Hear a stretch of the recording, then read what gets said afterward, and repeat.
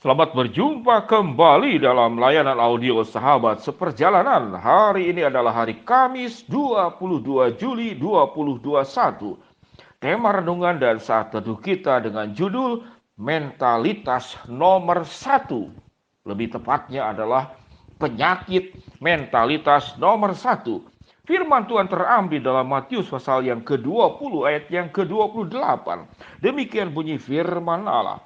Sama seperti anak manusia datang bukan untuk dilayani, melainkan untuk melayani dan untuk memberikan nyawanya menjadi tebusan untuk banyak orang.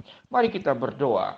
Bapa yang di dalam surga, selain kami mendengarkan firman Tuhan tentang penghiburan, tentang penyertaan, tentang kekuatan, tentang kesembuhan, tentang berkat-berkat Allah, namun kami pun harus terus belajar bagaimana kami mendengarkan firman Tuhan agar kami tidak hanya bertumbuh di dalam jumlah berkat yang banyak, namun kami bertumbuh di dalam jumlah perkembangan kedewasaan yang semakin baik. Di dalam nama Tuhan Yesus kami berdoa. Amin.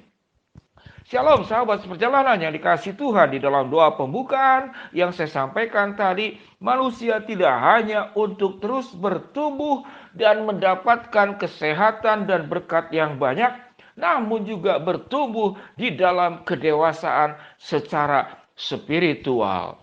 Penyakit kita tidak hanya berbicara tentang COVID-19, namun ada penyakit yang disebut dengan penyakit mentalitas nomor 1. Pada saat pandemik ini, kita tidak hanya butuh pengobatan, namun kita butuh hal yang kedua, yaitu pertobatan. Jadi kita perhatikan bahwa penyakit ada dua. Penyakit COVID-19 yang sekarang kita sedang berjuang menghadapinya. Yang kedua adalah penyakit mentalitas nomor 1. Kita membutuhkan pengobatan untuk COVID-19 dan kita membutuhkan pertobatan untuk penyakit mentalitas nomor 1. Mari kita akan lihat. Dosa itu dimulai dan kejatuhan ke dalam dosa itu dimulai karena punya penyakit mentalitas nomor 1. Hanya diriku, tidak ada yang lain. Aku yang harus tertinggi, terhebat, yang harus disanjung dan harus menduduki kedudukan yang paling atas di dalam ekonomi, di dalam jabatan, di dalam apapun juga. Kita saksikan Adam dan Hawa jatuh dalam dosa karena mentalitas nomor 1. Herodes menjadi orang yang kejam karena mentalitas nomor 1. Paulus menyaksikan bagaimana Stefanus dibunuh dengan dirajam batu tanpa ada belas kasihan. Itu karena mentalitas nomor 1. Saul tidak siap untuk Daud menggantikan sebagai raja. Karena itu mentalitas nomor 1. Firaun dengan 10 tulah tetap tidak bertobat, tetap tidak datang dan kembali kepada Allah.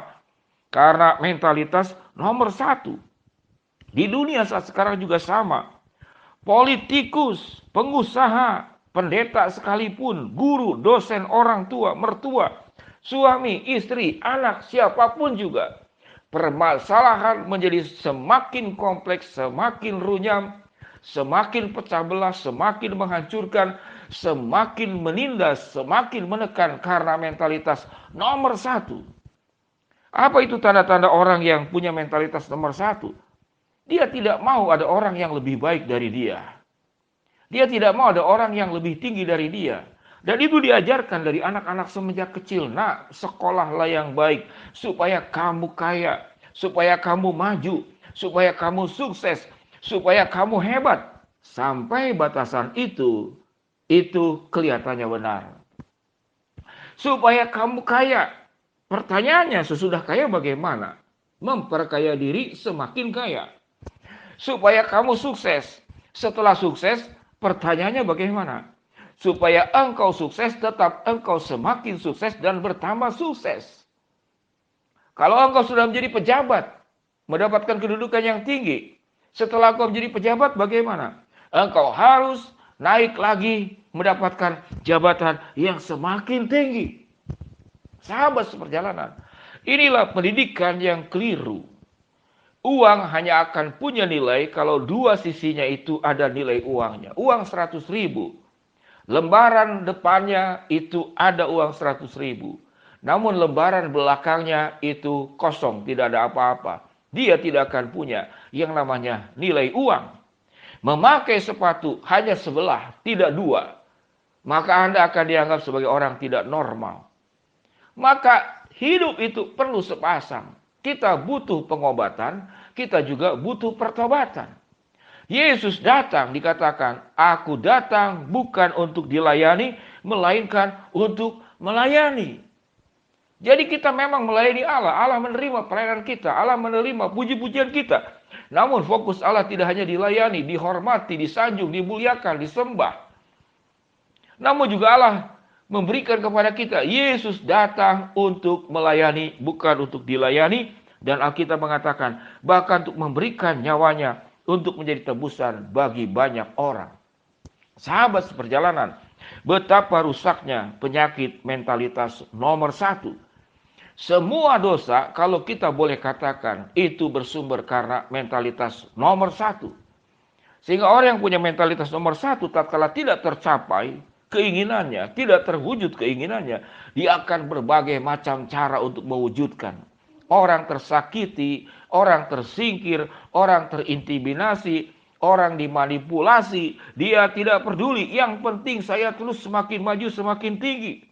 Kalau kemudian ada orang yang mengkoreksi, dia menjadi pribadi yang keras kepala. Kalau dia gagal, dia menjadi orang yang penuh dengan dendam, iri. Kemudian ingin membalas dan bisa menjadi pribadi yang kejam. Hidupnya hanya berorientasi kepada karpet merah yang tergelar untuk dirinya berjalan di atas karpet merah. Sementara Yesus datang ke dalam dunia bukan berjalan di atas karpet merah, namun perjalanannya adalah perjalanan berdarah-darah merah sampai di bukit Golgota. Itulah bedanya antara Yesus dan diri kita. Sahabat seperjalanan yang dikasihi Tuhan, sebagai pendeta pun berbahaya. Saat ini pandemik, mimbar pendeta disingkirkan Tuhan.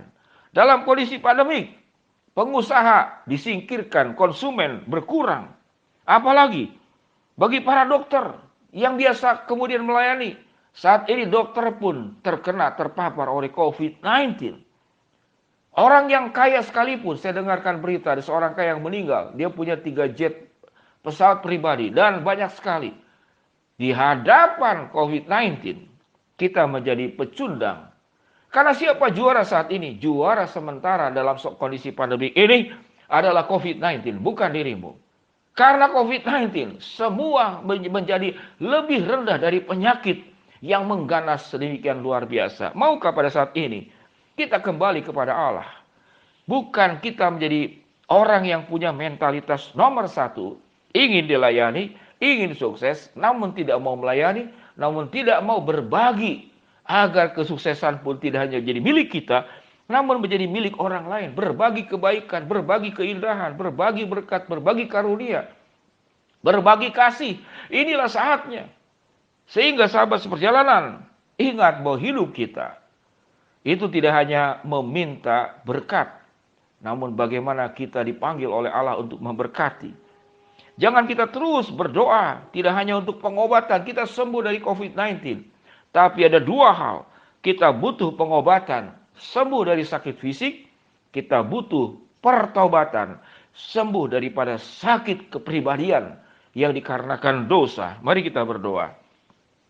Bapa yang di dalam sorga, ya Tuhan, hamba-Mu berdoa agar sungguh-sungguh apa yang disampaikan pada hari ini, kami butuh pengobatan. Yang sakit Tuhan sembuhkan. Ya Tuhan, semua para medis, rumah sakit diberikan berkat oleh Allah, diberikan kesehatan, dilindungi, dicukupkan kebutuhan oksigen yang berkurang saat ini. Dan segala sesuatunya boleh berjalan lancar. Hamba-Mu mendoakan semuanya sehat melalui pengobatan. Hamba-Mu juga berdoa agar semuanya juga sehat secara spiritual, secara karakter, secara pandangan hidup. Tidak hanya minta dilayani, namun melayani. Sehingga kami butuh pertobatan, pengobatan dan pertobatan untuk menyelesaikan penyakit mentalitas nomor 1. Berkati ya Tuhan, semua sahabat seperjalanan diberikan bimbingan, pertolongan, kelancaran di dalam segala permohonan yang kami sampaikan. Di dalam nama Tuhan Yesus kami berdoa. Amin. Shalom sahabat seperjalanan yang dikasihi Tuhan. Mari kita akan buang penyakit mentalitas nomor 1 dan mintalah kepada Tuhan 2 hal. Pengobatan dan pertobatan. Shalom, Tuhan memberkati kita semua. Amin.